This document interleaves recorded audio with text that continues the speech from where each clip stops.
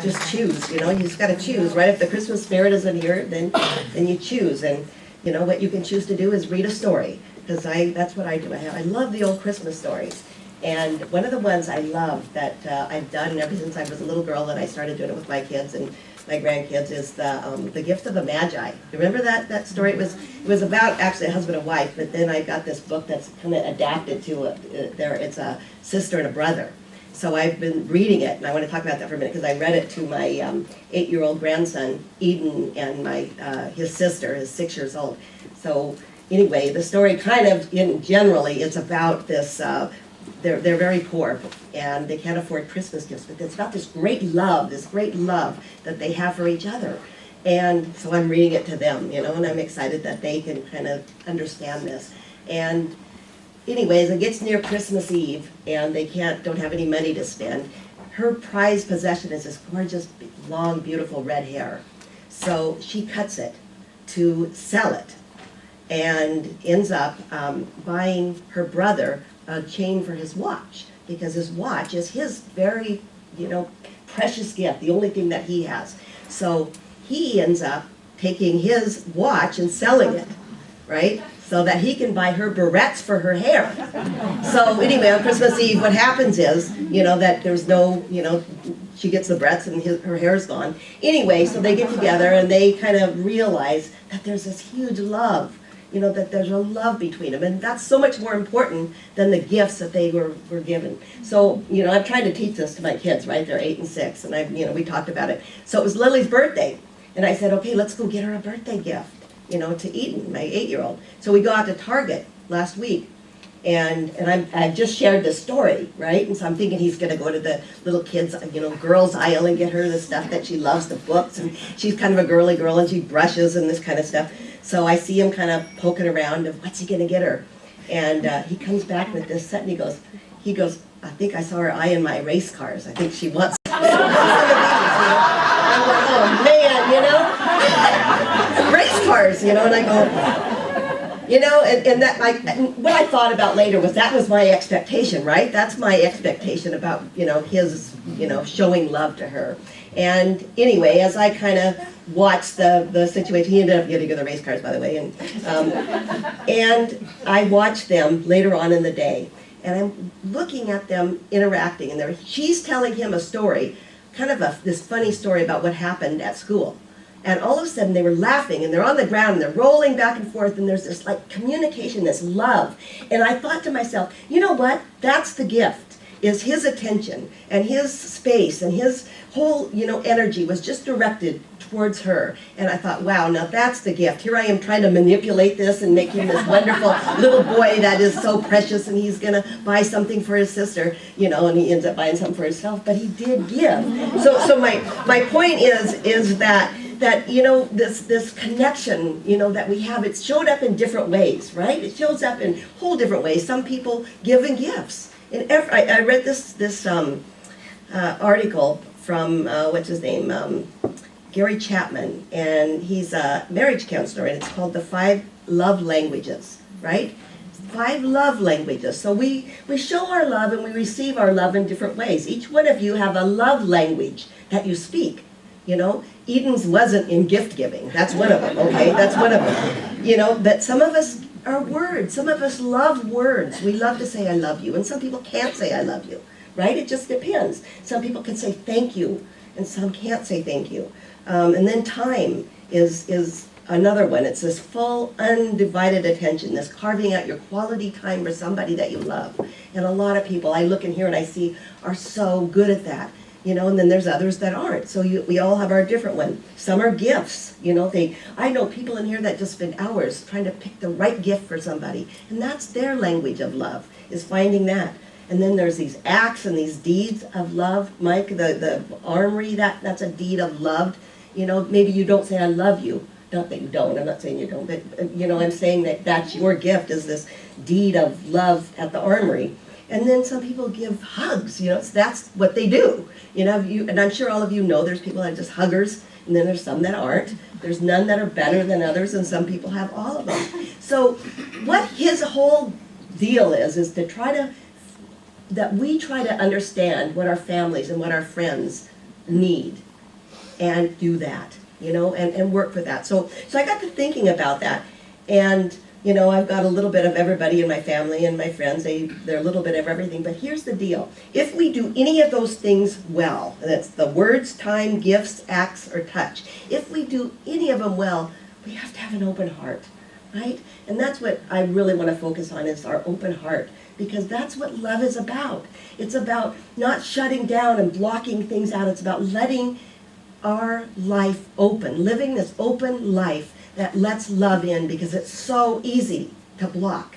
It's so easy to block ourselves and not let love into our hearts.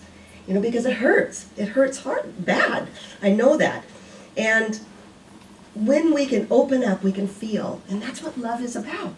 It's about feeling. And it's not always, you said it, I love it. It's not just about being happy and loving and stuff. It's about feeling whole. W-H-O-L-E, whole. And that's where holiness came from. When we can open up, we can feel it all. When we can feel the pain of our life. And we can feel the joy of our life. That's the wholeness. That's what we're talking about this month. That life is whole. You know, and love is whole. So if you're going through stuff in your life and you're going through pain and you don't think you can go on, you can. Because there's always another side to it, right? There's the joy.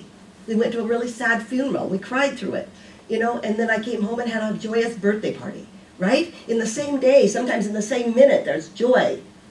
And then there's sorrow, because that's what life is. And when we live this whole life and we are willing to be open, just open to life, that's love. That's what love is. You know, this was an interesting topic because it's kind of hard to talk about what is love to you, you know? And I've been thinking about this. And to me, love is just opening your heart to whatever comes, opening it to life, being open to what comes in your life at any time, at any moment.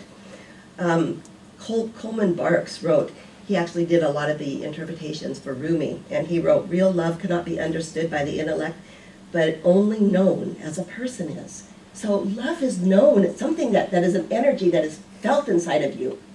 It's felt inside of you. And Mark Nepo, he's my favorite all-time poet, and he has this article about the courage to join. The courage to join. And what he says is that we carry a sliver of distance between us and what we see. Now think about this. I had to think about what this meant, and I love it, because most of us are so closed that we stand on the outside looking in instead of joining with life.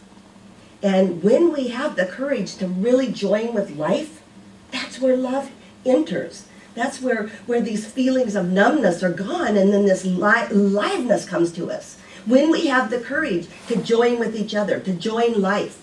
You know, I don't know what that means to you. To me, it means when I'm looking out at the trees, I'm not just looking at them. I'm all of a sudden feeling the trees. I'm feeling life. And that's love. It's kind of like, you know, in the 60s, they say be one with something. That's what it is to me, is when that you can let stuff into your life and let it just melt into you. Melt into you.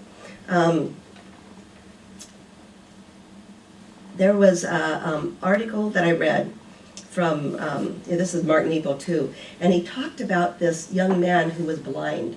And he said that when this young man went blind, he couldn't feel love any longer until, here's what he said, it was love when there was an ending to living in front of things and a beginning to living with them, right? Because he couldn't see anything any longer, and he started to live with the things. He wasn't just looking at them.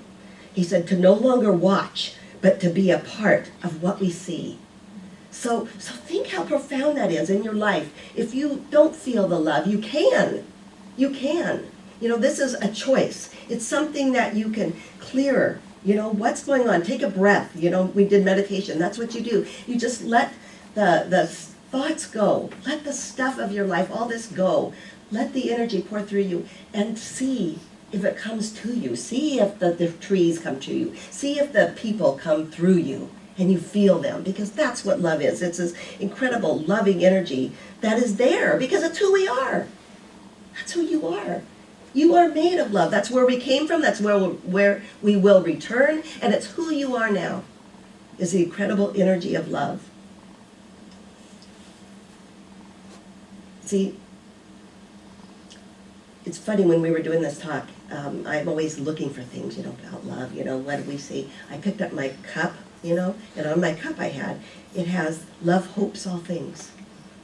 It bears all things. Love believes all things. Love hopes all things, and love endures all things. And that's what we're talking about today. Love is all of it. Love is every single bit of it. It's the whole and the holy, what Judy was talking about. It's every single thing that you're going through. That's love too. Because there's an opposite to that. There isn't anything that you can't get through. Because you have the power of love inside of you. You have the power if we recognize it. See, that's our whole choice now, is to recognize it. So that's my prayer, is that's this season, especially for all of us. This is a season where the music and the stories and the trees and the beauty, it's here. And it's to remind us. But it's to keep inside of us all year long. Because when we keep it inside of us, it's there. We're recognizing it.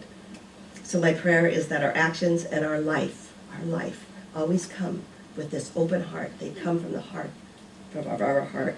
And we always have an open heart space. Thank you.